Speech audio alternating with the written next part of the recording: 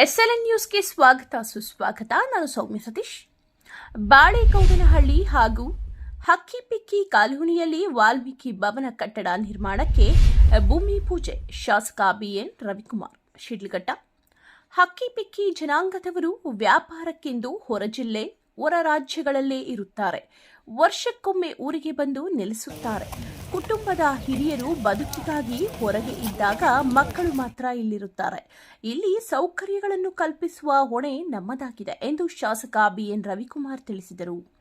ತಾಲೂಕಿನ ಗಂಜಿಗುಂಟೆ ಗ್ರಾಮ ಪಂಚಾಯಿತಿಯ ಬಾಳೆಗೌಡನಹಳ್ಳಿ ಹಾಗೂ ಹಕ್ಕಿಪಿಕ್ಕಿ ಕಾಲೋನಿಯಲ್ಲಿ ತಲಾ 1 ಕೋಟಿ ರು ವೆಚ್ಚದ ವಾಲ್ಮೀಕಿ ಭವನ ಕಟ್ಟಡ ನಿರ್ಮಾಣಕ್ಕೆ ಭೂಮಿ ಪೂಜೆ ನೆರವೇರಿಸಿದರು. ಈ ಸಂದರ್ಭದಲ್ಲಿ ಮಾತನಾಡಿದ ಶಾಸಕರಾದ ಬಿಎನ್ ರವಿಕುಮಾರ್ ಅವರು, ಹಕ್ಕಿಪಿಕ್ಕಿ ಸಮುದಾಯದವರು ನೆಲೆಸಿರುವ ಈ ಗ್ರಾಮದಲ್ಲಿ ನಾನು ಒಮ್ಮೆ ಮದುವೆ ಕಾರ್ಯಕ್ರಮಕ್ಕೆ ಬಂದಾಗ ಪೆಂಡಲ್ ಹಾಕಿ ಮದುವೆ ಕಾರ್ಯ ಮಾಡಿದ್ದರು. ಆ ದಿನ ನನಗೆ ಇಲ್ಲಿ ಮದುವೆ ಇನ್ನಿತರ ಶುಭ ಸಮಾರಂಭ ನೆರವೇರಿಸಲು ಅನುಕೂಲ ಆಗುವಂತ ಭವನ ನಿರ್ಮಾಣ ಮಾಡಬೇಕೆಂದು ಮನಸ್ಸಿಗೆ ಬಂತು. ಅದರಂತೆ ಮುಖ್ಯಮಂತ್ರಿಗಳು ವಿರೋಧ ಪಕ್ಷದ ಶಾಸಕರಿಗೆ ನೀಡಿದ 25 ಕೋಟಿ ರು ಅನುದಾನದಲ್ಲಿ ಬಾಳೆಗೌಡನಹಳ್ಳಿ ಹಾಗೂ ಹಕ್ಕಿಪಿಕ್ಕಿ ಕಾಲೋನಿಯಲ್ಲಿ ವಾಲ್ಮೀಕಿ ಭವನ ನಿರ್ಮಾಣಕ್ಕೆ ತಲಾ 50 ಲಕ್ಷ ರು ನೀಡಿದ್ದೇನೆ.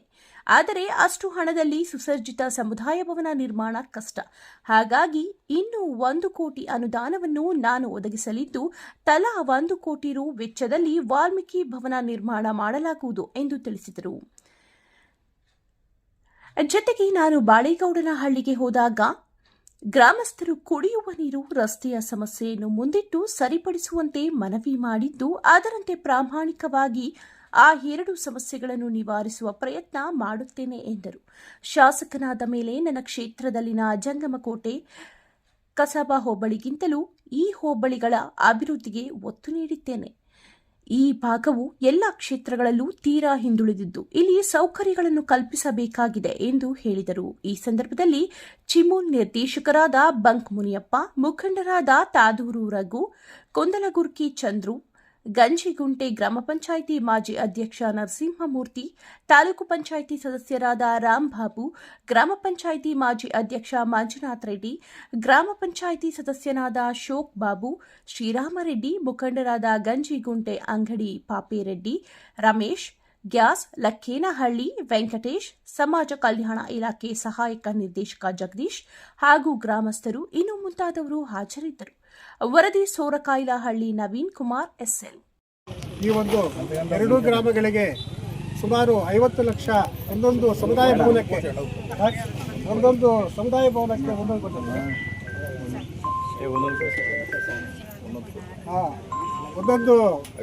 ಅಂಬರೀಷ ಒಂದೊಂದು 50 ಅಂತ ಹೇಳಿದ್ರು. ಇವಾಗ ಈ ಒಂದು ಜಾಗ ಮತ್ತು ಈ ಒಂದು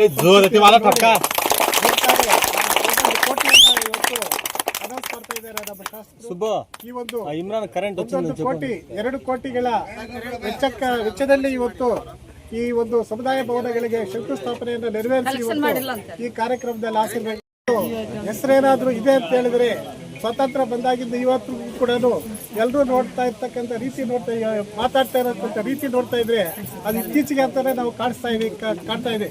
ಯಾಕಂದ್ರೆ ಇವತ್ತು ಮೂಲಭೂತ ಸೌಕರ್ಯಗಳಿಗೆ ಸಂಬಂಧಪಟ್ಟಿರ್ಬೋದು, ಅಥವಾ ಬುಡಕಟ್ಟು ಜನಾಂಗಗಳಿಗೆ ಸಂಬಂಧಪಟ್ಟಿರ್ಬೋದು, ಅಥವಾ ಹಳ್ಳಿ ಮಟ್ಟದಲ್ಲಿ ಇರ್ತಕ್ಕಂಥ ವಿಚಾರಗಳಾಗಿರ್ಬೋದು, ಇವೆಲ್ಲವನ್ನೂ ಕೂಡ ಸಮತೋಲನವಾಗಿ ಇವತ್ತು ಎಲ್ಲ ಕೂಡ ಗಮನಿಸಿ ಇವತ್ತು ಎಲ್ಲ ಕಡೆ ಅಭಿವೃದ್ಧಿ ಒಂದು ಪಥದತ್ತ ಇವತ್ತು ಒಂದು ಕ್ಷೇತ್ರವನ್ನ ತಗೊಂಡು ಹೋಗೋದಕ್ಕೆ ತನ್ನದೇ ಆದಂಥ ಒಂದು ದೂರದೃಷ್ಟಿನಲ್ಲಿ ಇವತ್ತು ಈ ಒಂದು ಕ್ಷೇತ್ರವನ್ನು ಅಭಿವೃದ್ಧಿಪಡಿಸತಕ್ಕಂಥ ಒಂದು ಕೆಲಸ ಮಾನ್ಯ ಶಾಸಕರು ಮಾಡ್ತಾ ಇದ್ದಾರೆ. ಹಾಗೆ ಇವತ್ತು ನಾವು ತಾಲೂಕು ಮಟ್ಟದಲ್ಲಿ ನೋಡುವುದಾದರೆ ಇವತ್ತು ಒಳ್ಳೆ ಒಂದು ಗುರುಭವನ ಇರಬಹುದು, ಅಂಬೇಡ್ಕರ್ ಭವನ ಇರಬಹುದು, ಸರ್ಕಾರಿ ಭವನ ಇರಬಹುದು, ಅಥವಾ ಎಲ್ಲ ಕೂಡ ಇವತ್ತು ಏನಂದರೆ ಅಭಿವೃದ್ಧಿಯನ್ನು ನೋಡಬೇಕಾದ್ರೆ ಆ ಕ್ಷೇತ್ರದಲ್ಲಿ ಇರ್ತಕ್ಕಂಥ ಎಲ್ಲರಿಗೂ ಸರಿಸಮಾನವಾಗಿರ್ತಕ್ಕಂಥ ಎಲ್ಲ ಸಮುದಾಯಗಳಿಗೂ ಬೇಕಾಗಿರ್ತಕ್ಕಂಥ ಮೂಲಭೂತ ವ್ಯವಸ್ಥೆಗಳು ಇದೆ ಅಂತಕ್ಕಂಥದ್ದನ್ನು ನಾವು ಅಲಿತಕ್ಕಂಥ ಒಂದು ಕೆಲಸ ಆಗಬೇಕಾಗಿದೆ. ಯಾಕಂದರೆ ಇವತ್ತು ಯಾವುದೇ ಒಂದು ಕ್ಷೇತ್ರ ಅಭಿವೃದ್ಧಿ ಆಗಿದೆ ಅಂತ ಹೇಳಿದ್ರೆ ಆ ಒಂದು ಕ್ಷೇತ್ರದಲ್ಲಿ ಇರ್ತಕ್ಕಂಥ ಮೂಲಭೂತ ಸೌಕರ್ಯಗಳು ಎಷ್ಟರ ಮಟ್ಟಿಗೆ ಅಭಿವೃದ್ಧಿ ಆಗಿದೆ ಅದನ್ನ ನಾವು ಮಾನದಂಡವಾಗಿ ಇಟ್ಕೊಂಡು ಇವತ್ತು ಅಭಿವೃದ್ಧಿಯನ್ನು ನಾವು ಕಾಣ್ತಕ್ಕಂಥ ಒಂದು ಕೆಲಸ ಆಗಬೇಕಾಗಿದೆ.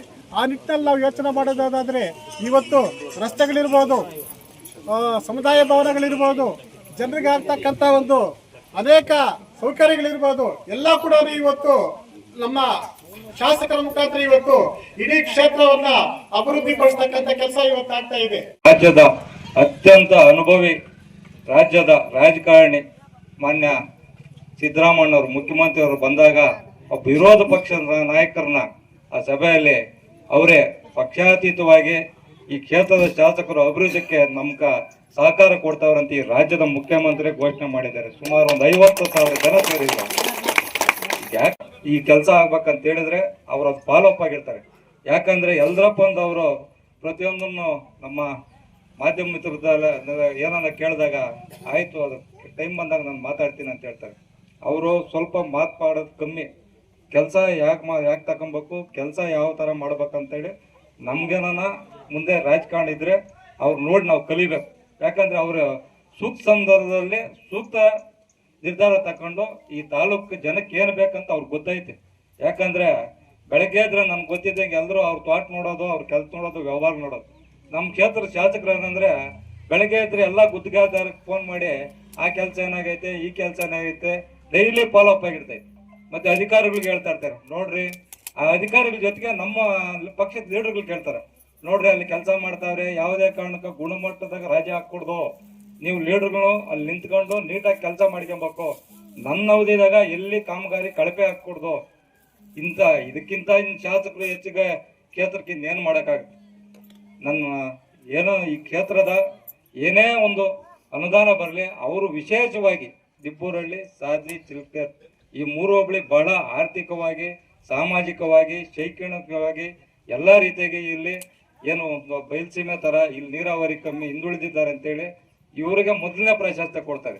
ಯಾಕೆ ಈ ಒಂದು 2 ಗ್ರಾಮದಲ್ಲಿ ಸುಮಾರು ಒಂದು 300ಕ್ಕಿಂತ ಹೆಚ್ಚು ಕುಟುಂಬಗಳು ಇವತ್ತು ಅವರು ಒಂದು ಜೀವನ ಯಾವ ರೀತಿ ಮಾಡ್ತಾ ಇದ್ದಾರೆ ಅಂದರೆ, ಪ್ರತಿ ವರ್ಷ ಸುಮಾರು 10 ರಿಂದ 11 ತಿಂಗಳು ಇವತ್ತು ಬೇರೆ ಜಿಲ್ಲೆಗಳಲ್ಲಿ ಬೇರೆ ರಾಜ್ಯಗಳಿಗೆ ಹೋಗಿ ಇವತ್ತು ಅವ್ರು ವ್ಯಾಪಾರ ಮಾಡಿ ವರ್ಷಕ್ಕೊಂದು ಬಾರಿ ಅವ್ರ ಗ್ರಾಮಗಳಿಗೆ ಬಂದು ಇವತ್ತು ಜೀವನ ಮಾಡ್ತಾ ಇರ್ತಕ್ಕಂಥದ್ದು ನಾವು ಸುಮಾರು ವರ್ಷಗಳಿಂದ ಅದನ್ನು ಗಮನಿಸ್ತಾ ಇದ್ದೀವಿ.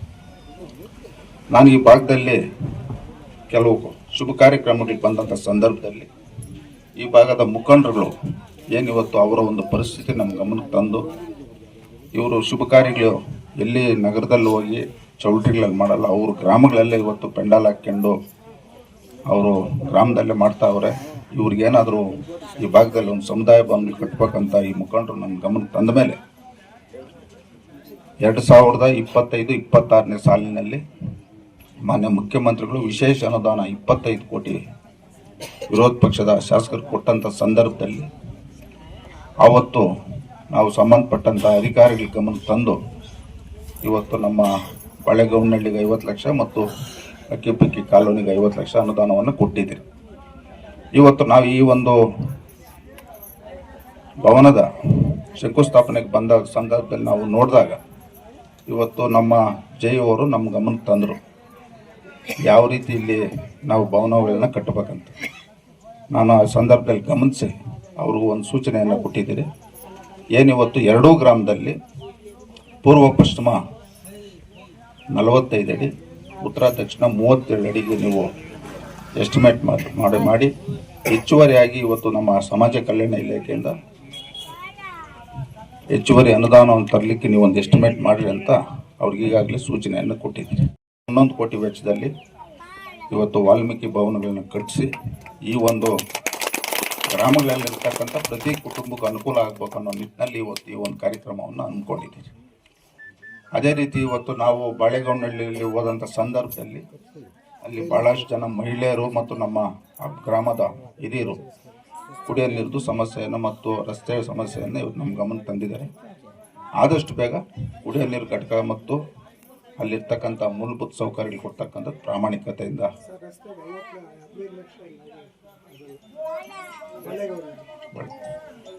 ಹಲವಾರು ರೀತಿ ಇವತ್ತು ಇರ್ತಕ್ಕಂಥ ಮೂಲಭೂತ ಸೌಕರ್ಯಗಳು ಕೊಡ್ತಕ್ಕಂಥದ್ದು ಪ್ರಾಮಾಣಿಕತೆಯಿಂದ ನಾವು ಪ್ರಯತ್ನವನ್ನು ಮಾಡ್ತೀರ ಅಂತ ಈ ಸಂದರ್ಭದಲ್ಲಿ ಹೇಳ್ತಾ, ಏನಿವತ್ತು ನಾವು ಕೇಂದ್ರದಲ್ಲಿ ಇಂಡಿಯಾ ಸರ್ಕಾರ ಅಧಿಕಾರದಲ್ಲಿ ಇರೋದರಿಂದ ಮುಂದಿನ ದಿನಗಳಲ್ಲಿ ಈ ಕ್ಷೇತ್ರಕ್ಕೆ ಒಂದು ಶಾಶ್ವತವಾಗಿ ಉಳಿತಕ್ಕಂಥ ಅಭಿವೃದ್ಧಿ ಕೆಲಸಗಳು ಮಾಡಬೇಕಂತ ನಮ್ಮ ಗಮನದಲ್ಲಿದೆ. ಮುಂದೆ ಈ ಕ್ಷೇತ್ರದ ಸ್ವಾಭಿಮಾನ ಮತದಾರರು ನಮ್ಗೆ ಆಶೀರ್ವಾದ ಮಾಡಿದರೆ ಈ ಕ್ಷೇತ್ರಕ್ಕೆ 100% ಈ ಕ್ಷೇತ್ರಕ್ಕೆ ಒಳ್ಳೆಯದಾಗ್ತದೆ ಅಂತ ಸಂದರ್ಭದಲ್ಲಿ ಹೇಳ್ತಾ ಈ ಒಂದು ಕಾರ್ಯಕ್ರಮದಲ್ಲಿ